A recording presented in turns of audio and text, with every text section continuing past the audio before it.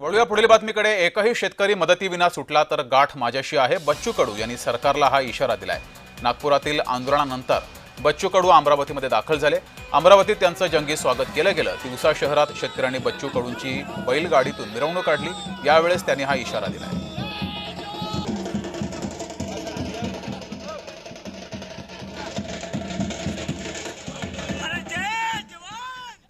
पहिले काय म्हणतो आपण काय म्हणायचं, मोदरीले आंदोलन केलं तर आम्हाला तारीख द्या। तारखेतोडी आंदोलन होतं का नाही? योग्य वेळ कधी योग्य वेळ? जे अजितदादा म्हणे आम्ही आश्वासन दिलं नाही, त्यांना आम्ही बोलतोय केलंय, चालतंय केलं। आणि मी सांगतोय 30 जून 2026 या दिवशीच्या आत काय म्हटलंय मुख्यमंत्र्यांना? 30 जून 2026च्या आत कर्जमाफी झाल्याशिवाय राहणार नाही।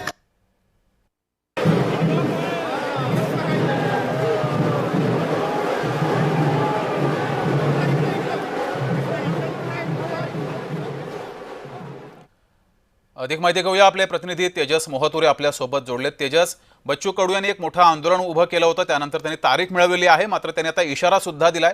एकही शेतकरी जर मदतीशिवाय राहिला तर गाठ माझ्याशी आहे असा इशारा दिलाय।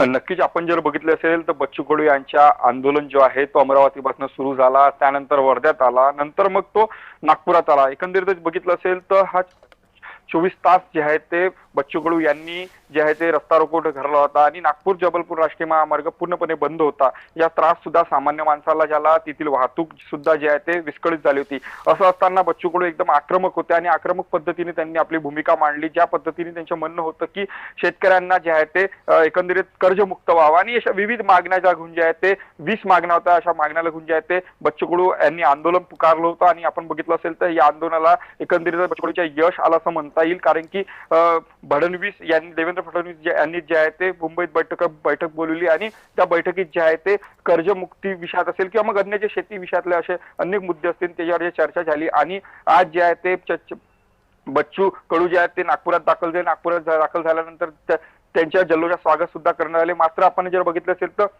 शासनाने जे 30 जून 2026 पर्यंत जे एकंदरीत इथपर्यंत जे आहे ते कर्जमाफीची जे तारीख दिली 8 महिने, मात्र या सगळ्या संदर्भाने जर बघितलं असेल तर बच्चू कडू यांच्या संपूर्ण या आंदोलनाचा एक महत्त्वाचा भाग म्हणजे अनेक शेतकरी जे होते ते शेतकरी आनंदी आहेत। मात्र अनेक शेतकऱ्यांमध्ये या संपूर्ण याच्यात गैरसमज सुद्धा आहे, कारण की ज्या पद्धतीने बच्चू कडू आक्रमक झाले होते, त्यानंतर बैठकीनंतर ज्या पद्धतीने नागपुरात आल्यानंतर आपण जर बघितलं असेल तर बच्चू कडू यांनी बोलून दाखवले की 30 जून पर्यंत जर या संपूर्ण याच्यात जर तोडगा निघाला नाही तर आमची गाठ हे सरकार सोबत आहे। आणि अमरावतीतील तिवसा असेल किंवा अनेक तालुक्यात त्यांचे स्वागत केले। त्यावेळेस त्यांनी भाषणामध्ये जे आहे ते सरकारचे आभार सुद्धा मानला आणि सरकारला जे आहे ते धारेवर सुद्धा धरलं असं स्पष्टपणे दिसून येत आहे। धन्यवाद तेजस दिलेल्या माहितीबद्दल।